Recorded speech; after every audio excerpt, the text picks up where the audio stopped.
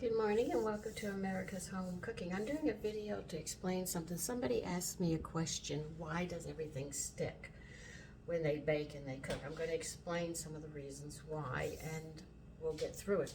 Now I grease, when I do a roast or something, I'll grease the pan that I'm going to cook the roast in because it makes it easier to clean, and after it's cool, my mother or I or my grandmother would put hot water in it and let it sit. Okay, now if you're frying meats and stuff and they're sticking, when you're just braising them, braising means browning, your heat's too high. If your heat's too high, you're going to burn the flour or whatever right to the pot. This is another reason why things burn. Now if you're baking, like making muffins, if you don't get into the very corners here, right in here, and you miss it, they're going to stick there. If you use a nose stick, and this used to be a nose stick, it's not a nose stick anymore, non-stick, you can only use it so many times and then it starts sticking. So you've got to make sure that you grease it into those corners. Like when you make bread, you have to make sure that you get into those corners, because if you don't, the bread's going to stick there. That is a lot of the problems that happen when you do these kinds of things.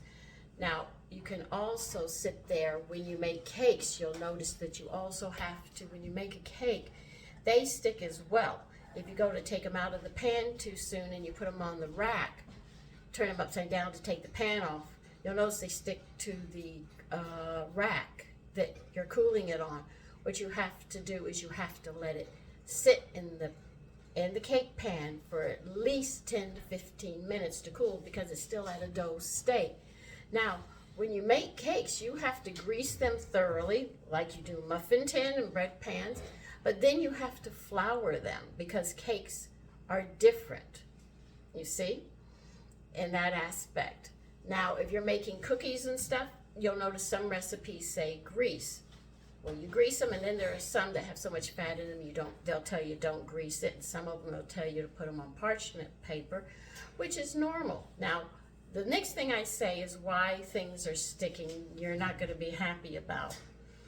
When you cook and you grease things and you don't clean up the grease off of it, I have to use Comet and SOS and my scrubbers to get that grease off. You'll find when you go to cook on it, that grease is going to hold on to what you're cooking.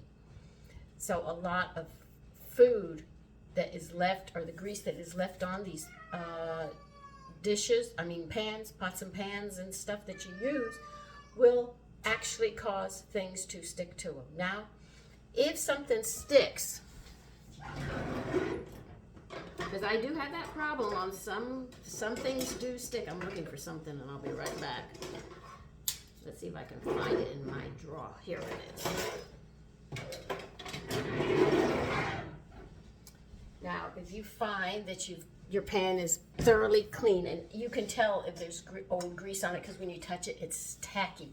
It's got a yellow look, and you can feel it. It's right on the pan, or underneath it. If you fried and the grease goes over, you got to scrub that off, because number one, that'll cause a fire as it builds up.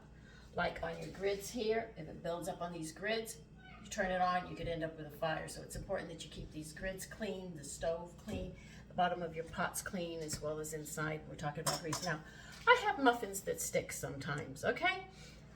What you need is a flat knife. This is called a flat knife. Look at it. You see how thin it is?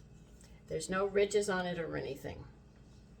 What you do is you put it on the side and you go around in a circle, and it will release your muffins. I've had to use it on bread at times.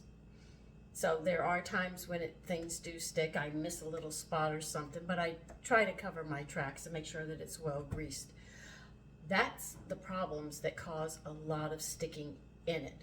But the one thing people don't think about is there leftover grease from using it from the time before. Because if you have it and you don't check and you cook, that grease is going to hold on and it's going to be tacky, and that's what you're going to have a problem with. So you can feel your pots and pans. You feel the bottom, if they're tacky or on the edges, that's grease there. You can see it. When it first starts to come, it's like a yellow that you can see around it. Other than that, you shouldn't have any problems. But if you do have a problem with something sticking once in a while, a flat knife. Matter of fact, this is what we use to frost cakes. I'm not good at it, frosting cakes, but anyway, they call it a flat knife to do things like this. And I use it to pull breads out of loaf pans sometimes when they stick because I didn't quite grease it enough. But if you know the instructions will tell you to grease or not. It's just like when you make a pie, you get wax paper because the pie crust can burn on the bottom.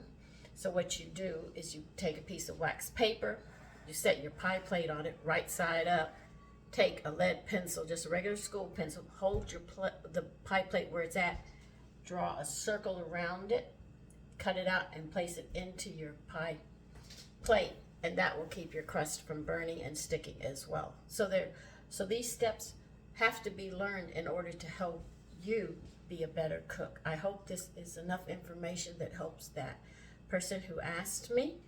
Take care and have a lovely day.